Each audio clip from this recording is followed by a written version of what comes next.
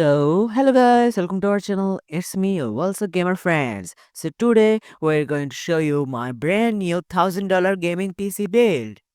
So without any wasting our time, let's start our video.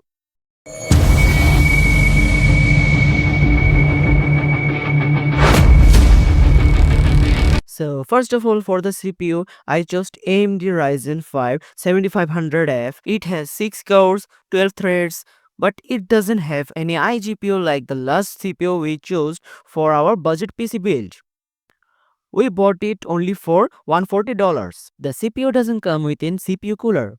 So for this AM5 CPU, I first chose Deepcool AK400, which was only $23.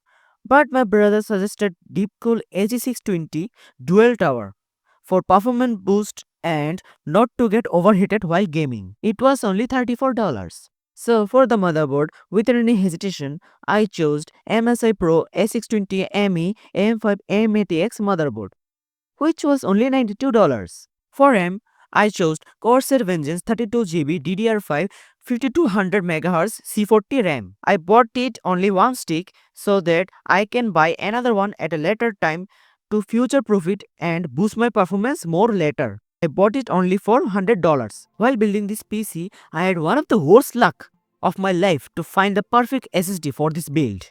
First of all, I chose Adata Legend 710 512GB M2 Gen 3 SSD. It was only $45, but I scrapped it since it was only Gen 3.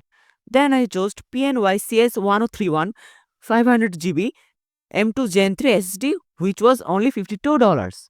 I also scrapped it for the same reason, because I ain't buying this piece of overpriced junk, motherfucker.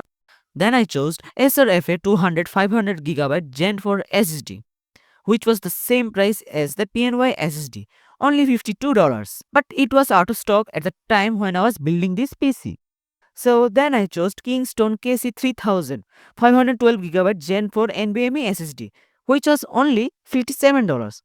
But it was also fucking out of stock when I was building this PC. Like, bro, what the fuck? So at last, I chose Crucial P3 Plus 500GB Gen 4 M2 SSD, and thank fucking God, it was in stock at the time, which was only $47. After this SSD situation, I chose Toshiba P300 2TB 7200 RPM SATA HDD as my hard disk, which was only $60. For having a wonderful gaming performance and also for work experience like graphics designing, video editing, 3D rendering and more, I have chosen MSI GeForce RTX 3060 Ventus 2X OC graphics card, which had 12GB GDDR6 VRAM. Now if you think I had only bad luck for SSD while building this PC, then you're wrong, totally wrong. Now you must be thinking, how so? Let me tell you a secret.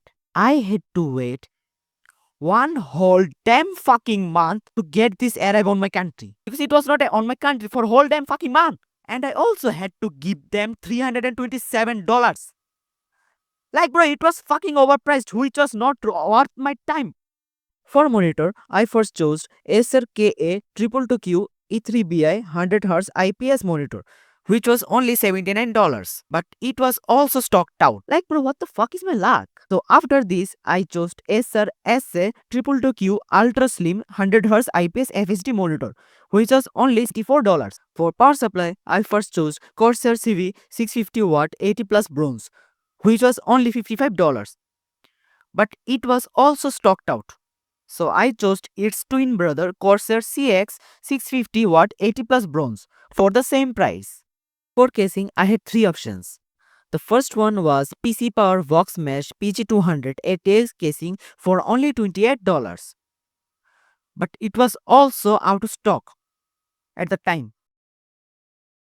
So I then thought about choosing its little brother PC Power Ice Cube M80X casing, which was only $31. But since it was not ATX but micro ATX, I didn't choose it. So my big brother bought Zigmatech Duke EN49158 ATX casing, which was $34, which is also my dumbest decision here because it is RGB, not ARGB. Yep, I've got an L here, motherfucker. Fuck my life. So after getting a massive L casing, I started to choose gaming combo. I first chose Fantech P51, which was only $38. But God said fuck you because it was also out of stock. So I chose its little brother Fantech Power P51, which was only $28. Now after this, my big brother gave me an UPS which was only $54 and its name is Apollo 1200 VA. Now let's start benchmarking this brand new PC. Let's start with classic GTA 5. I'm getting average of 80 to 90 FPS in GTA 5 in FHD max graphics setting. While playing Forza Horizon 5 in 1080p max settings, I'm averagely getting 70 to 80 FPS. For Minecraft, I used Optifine to use shaders, and my render distance was 16 chunks. Before shaders, the average FPS was 100 FPS, and after BSL shaders, it was the same. While for Minecraft Dungeons, I got average 280 to 300 FPS on max settings.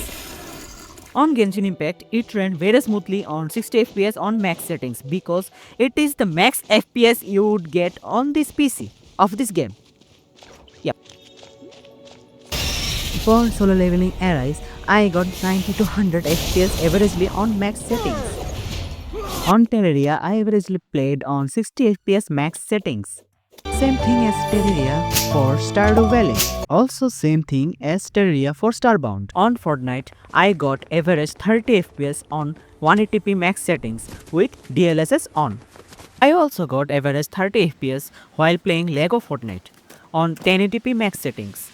While on Apex Legends, I got average 100 FPS on 1080p max settings. For Marvel Spider-Man Miles Morales, I got average 90 to 100 FPS on 1080 max settings with DLSS on. But for Marvel Spider-Man 2, I got average 50 to 60 FPS. And now don't you dare ask me how I downloaded this game because I ain't telling you so that I don't get demonetized.